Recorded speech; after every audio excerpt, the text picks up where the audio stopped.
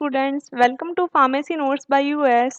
Today we discuss biphasic liquid dosage form suspension part 1. Start. Okay. In this we discuss definition of suspension, characteristics of suspension, advantage and disadvantage of suspension, classification, preparation or method of dispensing of suspension, formulation of suspension, stability और evolution of suspension and last में अपन कुछ MCQs की बात करेंगे. तो अगर अपन syllabus की बात करें तो इट इज कवर्ड अंदर pharmaceutics first B Pharm first semester unit third. Suspension की अपन सबसे पहले डेफिनेशन की बात करें तो अपने को पता है कि सस्पेंशन क्या होता है. It is a two phasic dosage form, यानी कि इसमें दो फेज होंगी, दो अवस्थाएं होंगी. उसमें से एक तो डिस्पर्स फेज होगी और दूसरी होगी डिस्पर्शन मीडियम. डिस्पर्स फेज जो होगी वो होगी इनसॉल्युबल सॉलिड पार्टिकल, और जो डिस्पर्शन मीडियम होगा जिसे अपन कंटिन्यूस मीडियम भी कह देंगे वो या तो वाटर होगा या फिर अदर देन वाटर होगा, यानी कि नॉन एक्वस लिक्विड्स होंगे. डेफिनेशन को अगर अपन प्रोनाउंस करने की कोशिश करें तो it is define as the disperse system in which one substance disperse phase is distributed in discrete units throughout a second substance phase which called as continuous phase. यानी कि जो डिस्पर्स पार्टिकल है, solid particle है, वो उस continuous phase के अंदर disperse रहेंगे. इंटरनल फेज और एक्सटर्नल फेज की बात कर देते हैं. इंटरनल यानी कि जो छोटी अवस्था में है, एक्सटर्नल यानी कि जो कंटिन्यूस मीडियम में अवेलेबल है. इंटरनल फेज को अपन डिसकंटिन्यूस फेज भी कह देते हैं, डिस्पर्स फेज भी कह देते हैं, और एक्सटर्नल फेज को अपन कंटिन्यूस फेज भी कह देते हैं और व्हीकल भी कह देते हैं. पार्टिकल साइज रेंज की बात करें सस्पेंशन की तो सस्पेंशन की पार्टिकल साइज रेंज होती है 0.5 से 5 माइक्रोमीटर, और it is a solid liquid dosage form जिसमें एक तो सॉलिड अवस्था है डिस्पर्स फेज की और लिक्विड डिस्पर्शन मीडियम है. स्लाइडेड कैरेक्टरिस्टिक्स, यानी कि कौन कौन से कैरेक्टर्स होने चाहिए एक आइडियल सस्पेंशन के अंदर. अब सस्पेंशन अपन बना रहे हैं तो अपने को पता है कि इसमें सॉलिड भी है और लिक्विड भी है. तो सबसे पहले जब सॉलिड की बात है तो वही सॉलिड है तो धीरे धीरे नीचे की तरफ सेडिमेंट तो होगा ही. तो सबसे आइडियल प्रॉपर्टी क्या होनी चाहिए कि अपने सस्पेंशन बना दिया उसके बाद कि भाई after shaking the medicament stay in suspension long enough for removal of correct doses from oral product. यानी कि आपने सस्पेंशन बना दी और अच्छे से शेक कर लिया, तो शेक करने के बाद वो इनफ टाइम तक उस सिस्टम में रहनी चाहिए कि अगर आपने उसमें से 1 ml निकाला 100 ml की बोतल में से, तो 1 ml में जो ड्रग आया है वो उस 99 ml के हिसाब से प्रोपोर्शनली आए. यानी कि अब 99 में उतनी रिमेनिंग है 1 ml के हिसाब से, यानी कि हर 1 ml में equal quantity of drug is eliminated. Second है disperse particle should not settle easily और मस्ट बी रीडिस्पर्स इजीली. यानी जो डिस्पर्स पार्टिकल है, जो सॉलिड पार्टिकल्स हैं, वो आसानी से नीचे नहीं बैठे और शेक करने पे आसानी से रीडिस्पर्स हो जाएं. और अगर ऐसा नहीं होता है तो क्या होगा, पार्टिकल नीचे की तरफ सेडिमेंट होते चलेंगे, छोटे छोटे पार्टिकल उनके बीच में आते रहेंगे, फोर्स बहुत ज़्यादा हो जाएगा और एक हार्ड केक फॉर्म कर लेगा. फिर क्या होगा, 100 ml सिस्टम के अंदर नीचे नीचे आपकी सारी ड्रग बैठ जाएगी और ऊपर सारा का सारा सॉल्यूशन हो जाएगा. Fourth point is it must B free from large particle which spoil the appearance. यानी कि बड़े पार्टिकल होंगे तो आपकी जो सिस्टम की अपीरियंस है, दिखने में है, वो बिल्कुल उसको स्पॉइल कर देगा. फिफ्थ पॉइंट है viscosity of suspension must be easy to पोर.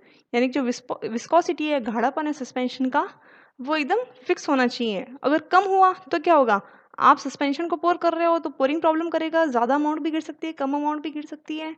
और अगर ज़्यादा विस्कस या गाढ़ा हुआ तो क्या होगा, जब आप उसे पियोगे तो आपको निगलने में डिफिकल्टी होगी, साथ में आपको एक स्टिकी फीलिंग भी आएगी. Last and six point is it must be physically, chemically and microbiologically stable. यानी कि फिजिकली भी स्टेबल हो, केमिकली भी स्टेबल हो और कोई माइक्रोबल कंटामिनेशन भी ना हो. इतनी सारी फॉर्मुलेशंस हैं, उसमें सस्पेंशन बनाने की क्या ज़रूरत पड़ी, तो उसके कुछ एडवांटेजेस भी होंगे. और सस्पेंशन के बाद भी काफ़ी सारी डोजेस फॉर्म बनाई गई. क्यों? क्योंकि सस्पेंशन के अंदर कुछ डिसएडवांटेज भी हैं. पहले एडवांटेज की बात करें तो एडवांटेज क्या है, it improve the chemical stability. Chemical stability को इम्प्रूव करती है. दूसरा, बायो अवेलेबिलिटी को भी इम्प्रूव करती है. अब मैंने टैबलेट बना दी, टैबलेट आधे घंटा बाद काम कर रही है, वही उसका मैंने सस्पेंशन बना के दे दिया तो वो थोड़ा जल्दी एक्ट करेगी. यानी कि बायो अवेलेबल ज़्यादा जल्दी से है, सिस्टमेटिक सर्कुलेशन में टैबलेट और कैप्सूल से जल्दी पहुंचती है. डिसएडवांटेज क्या होगा, इट इज़ फिजिकली अनस्टेबल. क्यों? क्योंकि पार्टिकल नीचे सेडिमेंट करते हैं. दूसरा, सेडिमेंटेशन प्रॉब्लम है ही. तीसरा है uniform drug delivery difficult to achieve, यानी कि अगर वो ढंग से सेडिमेंट रीडिस्पर्स ना हो पाए तो हर एक ml के अंदर एक फिक्स अमाउंट ऑफ ड्रग आए या ना है, ये डिफिकल्ट टू अचीव है। Next point is classification of suspension, यानी कि सस्पेंशन को किस किस भाग में अपन डिवाइड कर सकते हैं। सबसे पहले सस्पेंशन के अंदर सॉलिड पार्टिकल है तो उसकी कंसंट्रेशन के बेस पे अपन डिवाइड कर सकते हैं। तो कंसंट्रेशन के बेस पे बात करें तो या तो कंसंट्रेट ज़्यादा होगा या फिर कम होगा। कम होगा तो उसे अपन डाइल्यूट सस्पेंशन कह देंगे, ज़्यादा होगा तो it is known as concentrated suspension. Diluted suspension के अंदर मोस्टली जो डिस्पर्स फेज है वो 2 to 10% होती है, वाइल कंसंट्रेटेड सस्पेंशन की बात करें तो 50% तक अपन डिस्पर्स फेज में डाल सकते हैं। इसका एक एग्जांपल भी है which is zinc oxide suspension. Second है अकॉर्डिंग टू जनरल क्लास, यानी कि सस्पेंशन किस किस तरीके से अपन यूज लेते हैं। अपन उसे ओरली यूज लेते हैं, पेरेंटली भी सस्पेंशन यूज किया जाता है, ऑप्थेल्मिक भी किया जाता है और एक्सटर्नल या फिर टॉपिकली भी करते हैं। ओरल सस्पेंशन की बात करें यानी कि वो सस्पेंशन जो कि अपन ओरली या मुंह से कंज्यूम कर रहे हैं। रीज़न क्या है उसको लेने का कि भाई फ्लेवर उसका अपन को एनहांस करना पड़ेगा, स्वीटनिंग एजेंट्स उसके अंदर अपन को डालने पड़ेंगे। एग्जाम्पल की बात करते हैं कि कौन कौन से सस्पेंशन आते हैं जो कि अपन ओरली ले सकते हैं। तो एग्जाम्पल है antacids, paracetamol suspension, chloramphenicol palmitate antibiotic. Chloramphenicol palmitate के अंदर पाल्मिटेट एक सॉल्ट है जो कि क्लोरोफिनिकॉल में डाला जाता है टू रिड्यूस और mask the bitter taste of chloramphenicol. B है पेरेंटल सस्पेंशन जो कि पेरेंटल रूट से दिए जाते हैं। अब पेरेंटल के अंदर अगर अपन दे रहे हैं तो अपने को पार्टिकल साइज का बहुत ज़्यादा ध्यान रखना पड़ेगा। पार्टिकल में अपन ये देखते हैं कि पार्टिकल इतना इनफ हो कि वो सिरिंज के अंदर आ भी जाए और सिरिंज से जब अपने नर्व्स में जाए तो वहाँ पे कोई इरिटेशन भी कॉज ना करे। एग्जाम्पल है insulin zinc, antibiotic and procaine penicillin G. C है ऑप्थेल्मिक सस्पेंशन, ऑप्थेल्मिक यानी कि जो आई से रिलेटेड है। They prepared only in those case when drug is insoluble in the desired solvent. ये तभी बनाए जाएंगे जब अपनी ड्रग है जो इनसॉल्युबल है, वरना ऑब्वियस पार्टिकल है आंखों के अंदर इरिटेशन कॉज करेंगे। इसमें खास बात ये ध्यान रखनी होती है कि जब अपन ऑप्थेल्मिक सस्पेंशन बना रहे हैं तो ऑप्थेल्मिक प्रॉपर्टीज भी उसके अंदर होनी चाहिए, यानी कि आंखों को इरिटेशन कॉज ना करे, स्टाइल हो, आइसोटोनिक हो, ये सारे फैक्टर्स। एग्जाम्पल की बात करते हैं तो eye drops are ophthalmic suspension. D है सस्पेंशन फॉर एक्सटर्नल यूज, ये कौन कौन सा सस्पेंशन है जो कि अपन एक्सटर्नली या टॉपिकली यूज करते हैं। एग्जाम्पल है उसका लोशन, इनहेलेशन और eye drops. Eye drops cavity में यूज आती है तो इसलिए अपन उसको एक्सटर्नल यूज कैटेगरी में डालते हैं। Calamine lotion is suspension type preparation which is applied on skin to provide protective effect. देखिए जो कैलामाइन लोशन है वो भी एक टाइप ऑफ सस्पेंशन है जो कि किस काम के लिए आता है, एक प्रोटेक्टिव इफेक्ट प्रोवाइड करता है अपनी स्किन के ऊपर। Next part is of classification based on electrokinetic nature of solid particle. ये क्वेश्चन आपको अलग से भी देखने को मिल सकता है कि write a difference between flocculated and deflocculated, और ये क्लासिफिकेशन के अंदर भी है अकॉर्डिंग टू इलेक्ट्रोकाइनेटिक नेचर, यानी कि फ्लॉक्यूलेटेड एंड डीफ्लॉक्यूलेटेड के अंदर कौन कौन से डिफरेंस हैं। फ्लॉक्यूलेटेड की बात करें तो अपने को पता है कि पार्टिकल एक फिक्स अट्रैक्टिव फोर्स के साथ साथ एक नेटवर्क लाइक स्ट्रक्चर क्रिएट कर लेंगे using loose aggregate. Well deflocculated के अंदर क्या होगा, particle exist as separate entities, particle है जो सेपरेट एंटाइटी में रहने लग जाएंगे। फ्लॉक्यूलेटेड में पार्टिकल का साइज सेम है इसलिए मोशन को भी इंप्रूव करेगा तो रेट ऑफ सेडिमेंटेशन हाई रहेगी। वाइल डीफ्लॉक्यूलेटेड में क्या दिक्कत रहती है, पार्टिकल का साइज इरेगुलर होता है या फिर सबका अलग अलग साइज है, तो जो बड़े पार्टिकल हैं वो तो जल्दी से नीचे की तरफ आ जाएंगे बट छोटे छोटे पार्टिकल को समय लगेगा। तो अपन ये कह सकते हैं कि the rate of sedimentation overall is slow. Third point है सेडिमेंट रैपिडली फॉर्म, ऑब्वियस है सेडिमेंटेशन रेट हाई होगी तो सेडिमेंट भी जल्दी से बनेगा, वाइल डीफ्लॉक्यूलेटेड में it slowly form. Fourth form है does not form hard cake, क्योंकि नेटवर्क लाइक स्ट्रक्चर बना रहे हैं और एक स्पेस है हर पार्टिकल के बीच में, तो क्या होगा जैसे आप शेक करोगे तो आसानी से शेक हो जाएंगे। बट डीफ्लॉक्यूलेटेड के अंदर क्या होता है, पार्टिकल रिपल्सिव फोर्स से दूर दूर तो हैं बट उनके बीच में छोटे छोटे पार्टिकल भी आ जाएंगे और हाईली अट्रैक्शन फोर्स क्रिएट कर देंगे, जिससे क्या होगा पार्टिकल एक हार्ड केक के रूप में कन्वर्ट हो जाएगा और शेक करने पे आसानी से रीडिस्पर्स नहीं होगा। सिक्स पॉइंट है फ्लोकुलेटेड का, नॉट प्लीजिंग इन अपीयरेंस, दिखने में इसकी जो अपीयरेंस है वो प्लीज नहीं रहेगी, while deflocculated is pleasing in appearance. Seventh है फ्लोकुलेटेड में, क्योंकि ये लूज नेटवर्क बना रहा है तो डी डिस्पर्स करना भी आसान होगा। वेल नॉन फ्लोकुलेटेड या डीफ्लोकुलेटेड में क्या है, हार्ड केक बनाने के चक्कर में डिस्पर्सिबिलिटी इसकी अच्छी नहीं होती। अगर इसको अपने को इसको वापस रीडिस्पर्स करना है तो अपने को एजिटेशन करना पड़ेगा अच्छे से, या फिर कोई हाई शेकिंग मशीन की जरूरत होगी इसको वापस रीडिस्पर्स करने के लिए। Next point is method of dispensing suspension, यानी कि कौन कौन से मेथड्स अपन यूज कर सकते हैं सस्पेंशन को डिस्पेंस करने के लिए। ऑप्शंस या फिर अब चार तरीके के मेथड्स हैं। पहला मेथड है suspension containing diffusible solids, B है suspension containing indiffusible solids, C है suspension containing precipitate forming liquid, D है suspension produce by chemical reaction. पहले की बात करें, दे कंटेन डिफ्यूजिबल सॉलिड्स, तो डिफ्यूजिबल सॉलिड्स क्या होते हैं, diffusible solids are light in weight and on shaking diffuse evenly throughout the liquid for a long enough to ensure the even distribution in each dose। यानी कि क्या, ये पहली बात तो लाइट इन वेट होते हैं और जैसे ही इसको अपन व्हीकल या पानी के साथ शेक करते हैं तो ये आसानी से डिस्ट्रीब्यूट हो जाएंगे सिस्टम के अंदर ईच डोज के अंदर एक एक्यूरेसी लेते हुए। एग्जाम्पल की बात करते हैं कि कौन कौन से केमिकल्स हैं जो कि डिफ्यूजिबल सॉलिड्स की कैटेगरी में आते हैं। तो एग्जाम्पल्स हैं calcium carbonate, light magnesium carbonate, rhubarb, light kaolin, magnesium trisilicate. फिर बात करते हैं इनडिफ्यूजिबल सॉलिड्स की, नाम से पता चल रहा है कि they are indiffusible, so they will not remain evenly distributed in a vehicle long enough to ensure the uniformity of dose, यानी कि इनफ टाइम के लिए ये व्हीकल के अंदर डिस्ट्रीब्यूट नहीं रहेंगे।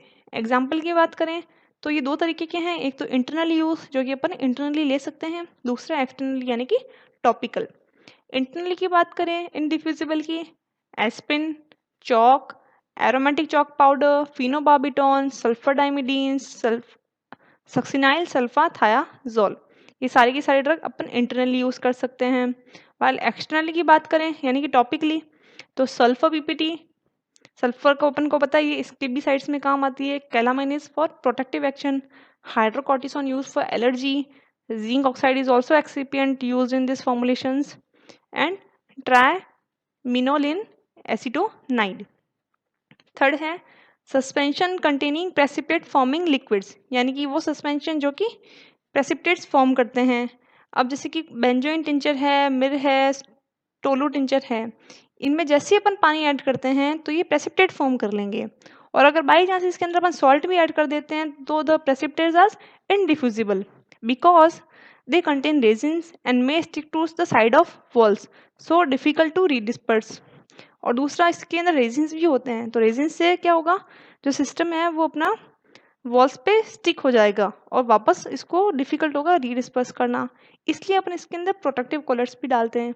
और प्रोटेक्टिव कलर्स के अंदर एग्जाम्पल हो गया अपना ट्रेगागेंथ म्यूसिलेज और compound tragacanth. Suspension produce by chemical reaction, इसमें क्या होता है, they are highly diluted solution of reactant are mixed together so as to form very finely divided precipitate that can be easily distributed throughout the liquid by shaking। यानी कि बहुत ही ज़्यादा diluted solution को अपन mix करते हैं तो बहुत ही fine divide PPT बनती है जिसको शेक करने पे एक इजीली डिस्ट्रीब्यूटेड मीडियम क्रिएट होता है। इसलिए अपने को इसमें सस्पेंडिंग एजेंट भी डालने की जरूरत नहीं है, क्यों, क्योंकि दे आर सेल्फ डिफ्यूजिबल, बहुत ही डाइल्यूट सिस्टम है। Next point is formulation of suspension, यानी कि अब अपने को सस्पेंशन बनाना है तो बनाने के लिए अपन कौन कौन से एजेंट्स यूज़ करेंगे, किस किस कंसंट्रेशन पे यूज़ करेंगे, कौन किसके लिए सूटेबल होगा, ये सब चीज़ें अपन देखेंगे इसके अंदर। सबसे पहले अपन सस्पेंशन बना रहे हैं तो अपने को एक चीज़ लेनी पड़ेगी which is known as API, active pharmaceutical ingredient, यानी कि जो ड्रग है जो अपना एक्शन प्रोड्यूस कर रही है, बाकी सारे तो एक्सीपेंट होंगे जो उसको सस्पेंशन बनाने में हेल्प करेंगे। बी है थिकनिंग एजेंट और सस्पेंडिंग एजेंट। अब पार्टिकल है, API है, वो अनडिजॉल्व हो सकता है, अनडिस्ट्रीब्यूटेड हो सकता है, तो उसे सिस्टम में सस्पेंड करवाने के लिए अपने को सस्पेंडिंग एजेंट डालने पड़ेंगे। और जो सस्पेंडिंग एजेंट्स हैं they are hydrophilic colloids which form colloidal dispersion with water and impart the viscosity.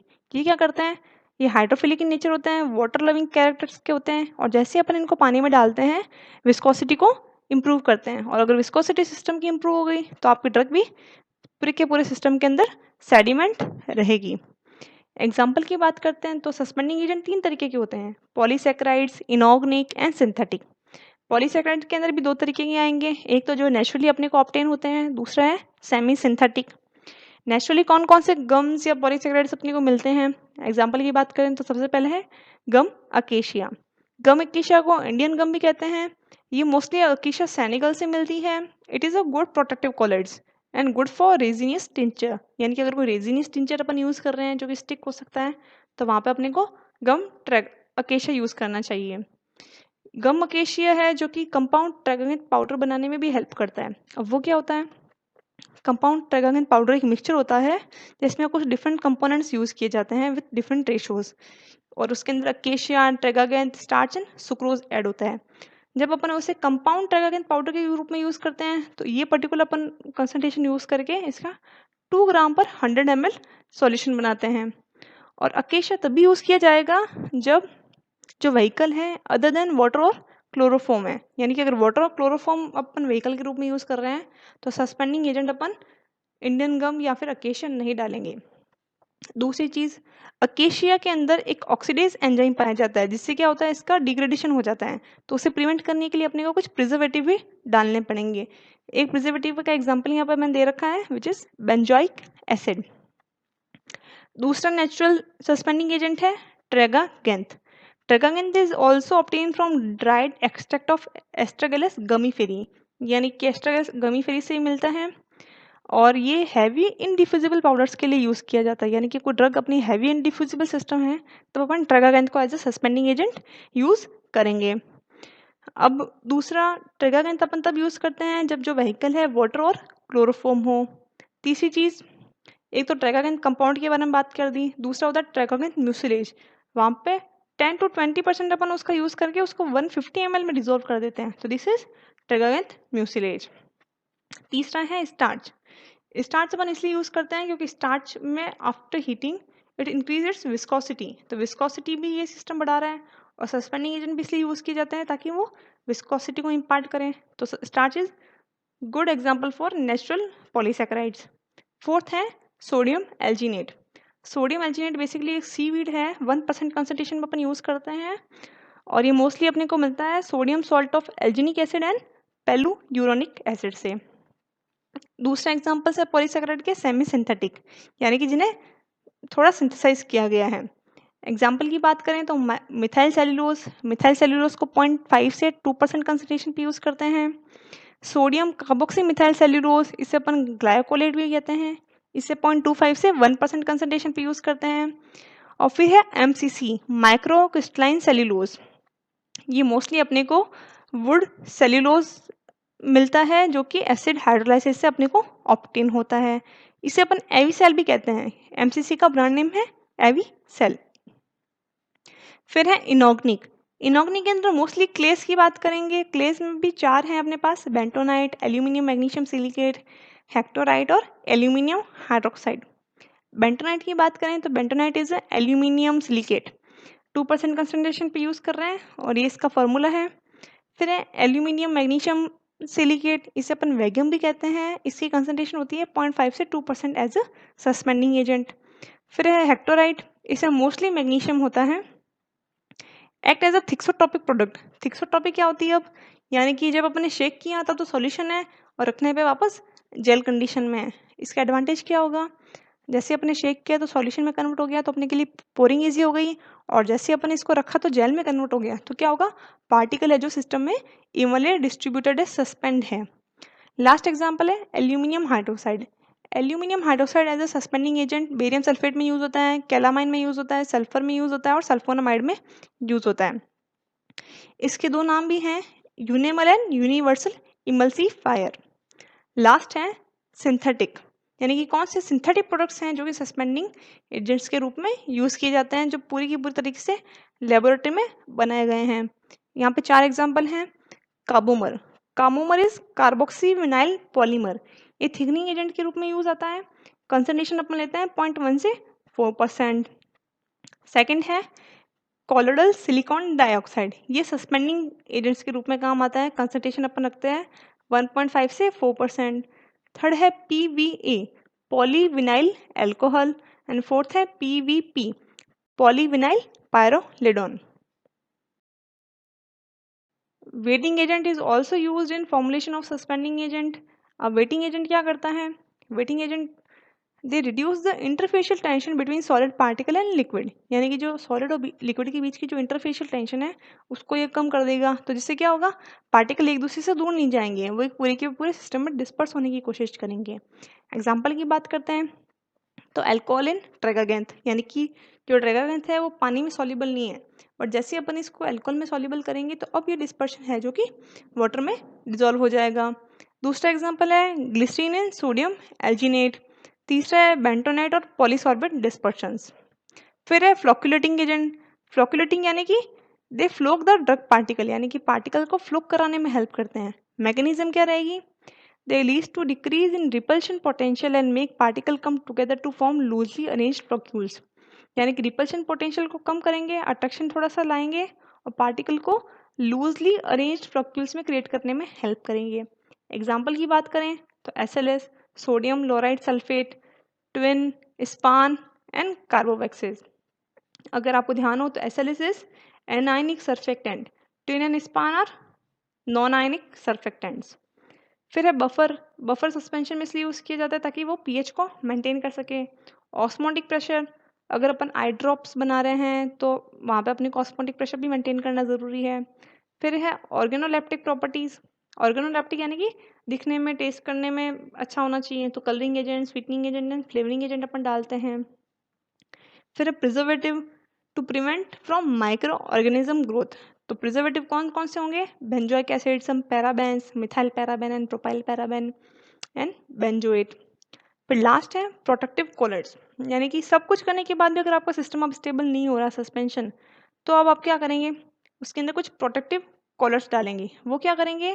They absorb on insoluble particle and increase the strength of hydration layer formed around suspended particle through hydrogen bonding and molecular interaction, यानी कि वो एक hydration layer create करेंगे जो कि एक interaction create करता है। एग्जाम्पल होगा इसका जिलेटिन एंड सेल्यूलोज।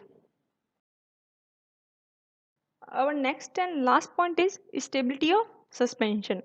अब अपन इतने सारे फॉर्मुलेशन इंग्रेडिएंट डाल के सस्पेंशन बना तो दिया, अब अपन कैसे पता करें कि अपना सस्पेंशन स्टेबल है या नहीं है? उसके लिए कुछ मेथड्स दे रखे हैं। अब सबसे पहले अगर अपन को कोई नई ड्रग मिली है या कोई नई फॉर्मुलेशन मिली है जिसका अपने को सस्पेंशन बनाना है, तो वहाँ पे अपन एक्सीपेंट की एक फिक्स कंसंट्रेशन तो यूज़ नहीं करेंगे, वहाँ पे अपन एक डिफरेंट डिफरेंट कंसंट्रेशन पे काम करेंगे और वहाँ पे ये देखेंगे इन सब में से सबसे बेहतर कौन निकला है। तो उसके लिए कुछ मेथड्स हैं एस्टिमेट करने के लिए कि उनमें से सबसे बेहतर या फिर ऑप्टिमाइज कंसंट्रेशन कौन सी है। उसके लिए कुछ मेथड्स हैं। तो सबसे पहले मेथड है सेडिमेंटेशन मेथड, यानी कि सबसे लेट तक सेडिमेंट कौन हो रहा है और सबसे जल्दी सेडिमेंट कौन हो गया, उसके आधार पर अपन ये पता लगाते हैं कि सबसे बेस्ट फॉर्मुलेशन इनमें से कौन सी है, या फिर इन 6 या 10 फॉर्मुलेशन जो भी अपन ने डिफरेंट कंसंट्रेशन पे बनाई है उसमें से ऑप्टिमाइज कंसंट्रेशन कौन सी है। इसमें क्या रहता है, इसमें फॉर्मूला यूज़ करना पड़ता है अपने को। फॉर्मूला है ultimate volume of suspension upon initial volume of suspension, यानी कि सपोज आपका जो सस्पेंशन है वो आपने एक मेजरिंग सिलेंडर में भरा, मेजरिंग सिलेंडर का मान है 10 ml हाईएस्ट, तो इनिशियल वॉल्यूम ऑफ सस्पेंशन क्या है? 10 ml। सस्पेंशन शुरू में 10 ml में पूरे के पूरे तरीके से डिस्ट्रीब्यूट है जैसे आपने बना के रखा। फिर आप उसको टाइम के साथ कंपेयर करने लगोगे। पहले आपने 0 मिनट पे देखा तो क्या होगा, इनिशियल वॉल्यूम और अल्टीमेट वॉल्यूम दोनों ही 10-10 रहेगी 0 मिनट पे, आपने लिख दी 10/10। फिर आप 5 मिनट बाद देखोगे तो आप देखोगे कि जो सेडिमेंटेशन है वो धीरे की तरफ नीचे की तरफ आने लगा है, ऊपर थोड़ा सा आपको सुपरटेंडेंट या फिर ट्रांसपेरेंट सिस्टम दिखेगा, तो आप सपोज लिख देंगे 8, 2 ml तक वो नीचे की तरफ सेडिमेंट हो गया। 5 मिनट बाद आप फिर देखेंगे, 10 मिनट बाद आप फिर देखेंगे। इस तरीके से आप देखते हुए एक ग्राफ प्लॉट करेंगे सेडिमेंटेशन वॉल्यूम एंड टाइम के बीच में। इसी तरीके से आपके पास 5, 10, 15 फॉर्मुलेशन जो भी हैं उन सब में आप देखेंगे, लास्ट में आपके पास रिजल्ट आएगा कि वो फॉर्मुलेशन जो टाइम के अकॉर्डिंग सेडिमेंटेशन वॉल्यूम में सबसे कम इफेक्टिव हो रही है, यानी कि उसका जो ग्राफ है वो स्ट्रेट बन रहा है, वो सबसे आपकी स्टेबल फॉर्मुलेशन होगी। जैसे कि मैंने यहाँ पे एक एग्जांपल दे रखा है। इसका मोस्टली यूज़ क्या किया जाता है? For selection of better suspension, यानी कि उन पांचों फॉर्मुलेशंस में से सबसे बेटर सस्पेंशन कौन था। Identify a suitable suspending agent, suppose इन पांचों फॉर्मुलेशंस के अंदर मैंने सेम कंसंट्रेशन ऑफ ड्रग डाल दी, बाकी सब डाला, बट अलग अलग सस्पेंडिंग एजेंट डाल दिए, तो उसके आधार पर भी मैं बता सकती हूँ कि सबसे बेहतर सस्पेंशन कौन सा निकला। और लास्ट में to obtain optimize concentration of suspending agent, यानी कि ऑप्टिमाइज कंसंट्रेशन क्या थी सस्पेंडिंग एजेंट की। सपोज इन पांचों फॉर्मुलेशन में मैंने different different concentration of same suspending agent डाल दी, तो जो सबसे कम इफेक्टिव हुआ टाइम के रिलेशन में सेडिमेंटेशन वॉल्यूम, वो सबसे बेस्ट या फिर ऑप्टिमाइज कंसंट्रेशन होगी मेरी उस सस्पेंडिंग एजेंट की। दूसरा है degree of flocculation. Degree of flocculation का फॉर्मूला क्या रहेगा, ultimate sedimentation volume of flocculated upon ultimate sediment volume of deflocculated. अब आपने 5 मेजिंग सिलेंडर पे काम किया, तो उसमें एक सबसे पुअर परफॉर्मेंस वाला होगा और एक सबसे अच्छी परफॉर्मेंस वाला होगा। जो लास्ट में, जैसे सपोज आपने 30 मिनट क्राइटेरिया कर लिया कि 30 मिनट तक अपने को हाईएस्ट सेडिमेंटेशन वॉल्यूम देखनी है, तो 30 मिनट पे पांचों की पांचों फॉर्मुलेशन की एक सेडिमेंटेशन वॉल्यूम होगी, एक अल्टीमेट वॉल्यूम होगी और एक डिफ्लोकुलेटेड, यानी कि इन पांचों में से सबसे जो पुअर सेडिमेंटेशन वॉल्यूम होगी वो, उसका जो अनुपात है वो कहलाएगा डिग्री ऑफ फ्लोक्यूलेशन। फिर है रीडिस्पर्सिबिलिटी। अब आपने सस्पेंशन बना तो दिया, पार्टिकल्स हैं तो नीचे की तरफ सेडिमेंट होंगे ही होंगे, बट अपन उस आधार पे भी उसको चूज कर सकते हैं कि कौन सा वापस आसानी से रीडिस्पर्सिबल हो रहा है शेक करने पे। तो उसके लिए कौन सा मेथड अपन यूज करते हैं, अपन यूज करते हैं रीडिस्पर्सिबिलिटी मेथड। उसके अंदर अपन 100 ml का एक सिलेंडर लेते हैं, मेजिंग सिलेंडर, उसके अंदर अपन ने सस्पेंशन डाल दिया, फिर उसके अंदर अपन 360 रोटेशन करते हैं 20 RPM स्पीड पे। और जब सपोज आपने पूरा का पूरा मेजिंग सिलेंडर उल्टा कर दिया और आपने देखा कि पार्टिकल अभी भी बॉटम पे स्टिक हैं और उसको फिर आपको वापस 360 डिग्री पे सीधा करना है, तो वो साइकिल आपका कहलाएगा 1 साइकिल, और 1 cycle is equal to 5%।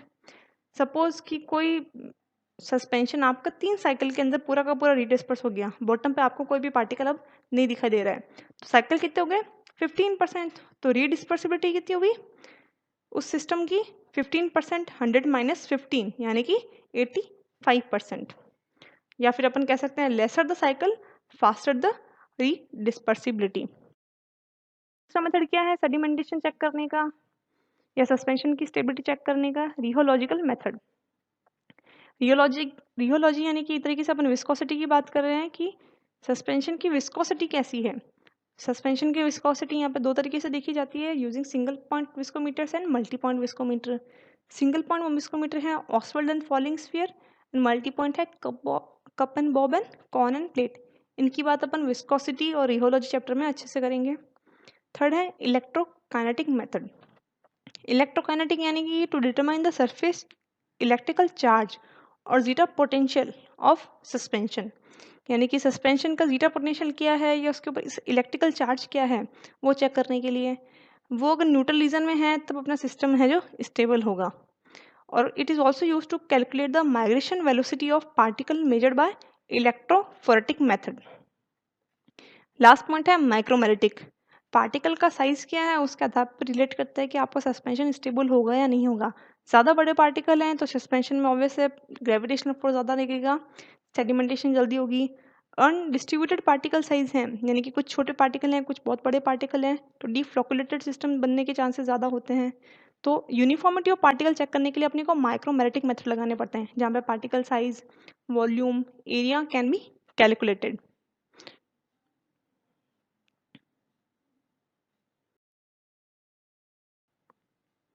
I hope you like and enjoy the video. Thank you. Please like, share and subscribe.